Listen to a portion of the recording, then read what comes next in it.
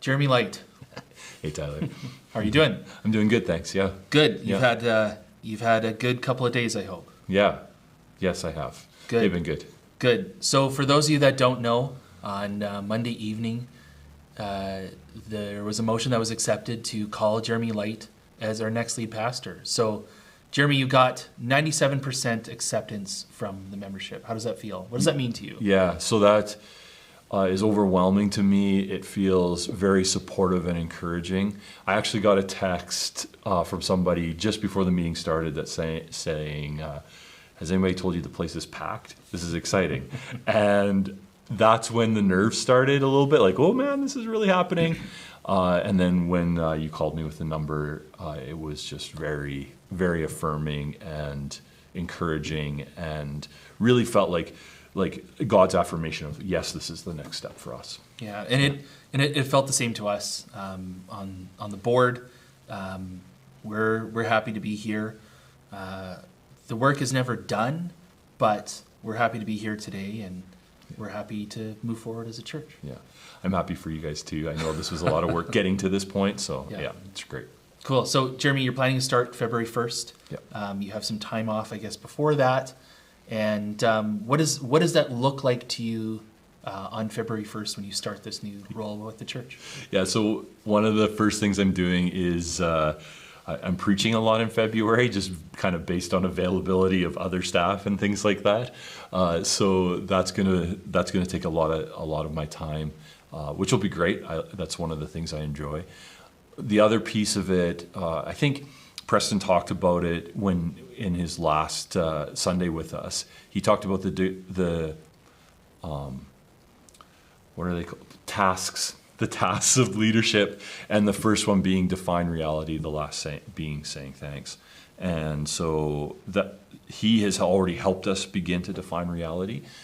So part of that for me will be trying to get a perspective on, what are the details, taking a look at the Reveal survey at a deeper level, having conversations with staff, listening to the congregation, conversations with the board, to get a really good sense of where we're at.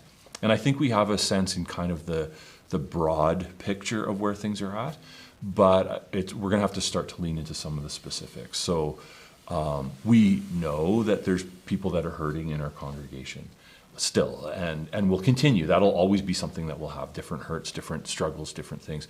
We have a sense of that, but now we need to lean into what are those, who are the people, what are the specific wounds that they're carrying, and how can we be a healing community for that.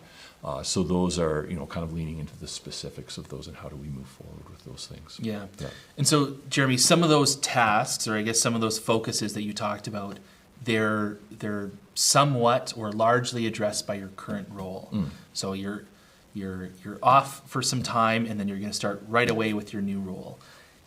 In the interim, how are we going to deal with some of those tasks that are addressed by your current role? Yeah, that's a good question. So one of my favorite authors has a character who has words of wisdom, and he says, if we can live by these things, these are wise ways. So I was wrong. That's a statement we need to make. I'm sorry. I don't know, and I need help. And so I'm like, that's a great framework for me to live my leadership by. So I'm going to go to the third one. I don't know for sure what it's going to look like. We're aware that there's adjustments that need to be made.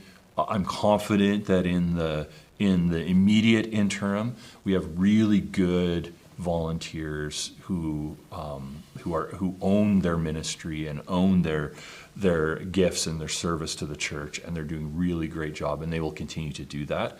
Eventually, they're going to need some support, equipping from the staff, so we need to make sure we address that.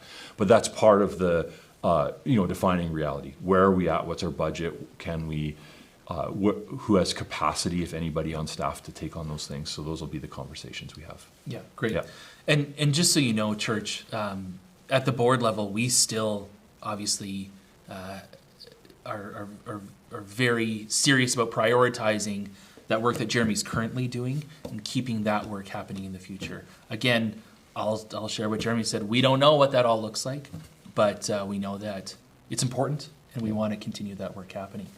So, Jeremy, this isn't, I'm not asking for a commitment or real specifics here, but what are your goals and I guess your hopes and dreams and plans for the short part of the beginning of your new role as lead pastor here at the church? So after we kind of get a sense of where we're at, then we can start to make plans of how we move forward. And part of that's, what are the resources, not just financially, but or physical resources, but where are people at, and what are their emotional capacities and spiritual capacities and relational capacities? Where are we at in those things, and what gifts do we have in our body and that we can offer to the church? So really what I, kind of, if I could encapsulate my vision in one kind of piece of it, would be that we have a great sense of who we are, not just corporately, but we understand the individuals that make up our community, and what we have as a community, so that we can equip and release people to lean in and engage. And then on top, so not just pragmatically, that's a part of it. What can you do and what do you have to offer? But also probably the greatest compliments I've heard about our church and some of the ministries I've been involved in is when people come into our community and immediately feel love. And so that's really what I want to continue to foster here, is that whether they get an actual embrace or not, they feel embraced when they walk into our doors. In one of the Q&A times, I said that I think that the evidence of the Spirit at work in our community is going to be joy and rest. And so those are two things that I want to keep an eye on and see how we can foster well as we move forward. Yeah, and Jeremy, from the board side, what I'll say is that what you talked about, continuing on in things and furthering things, that's what we want to see too, and that's what we hope to accomplish. There's an incredible sense of momentum here in the church right now, and we want to continue that, and we want to capitalize on that. Yeah.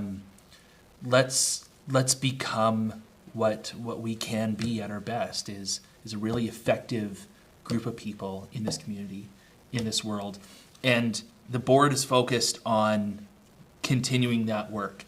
And that's going to look like a lot of things, but there's a lot of conversations that we have that we haven't come to the end of yet. Right. And so, the congregation might not have seen that. But there's been a lot of conversations about how we define as a board, how we define what membership of the E-Free Church of Lethbridge looks like.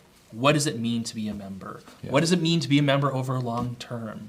And I'd like to kind of see that move along. We have a lot of kind of functional things to do, like financial matters and budgeting and that kind of super fun stuff, as well as I think we have some policy work to do to lay out some more current, renewed policies. Yeah. And the intention of doing that is really just to give the staff an excellent framework in which they can go on and do the stuff that they do best and not have to worry about the boring stuff. So we're super excited to work with you. We're super excited to continue the work with the church, and really looking forward to what's ahead for us. Yeah, thanks, Tyler. Thank you.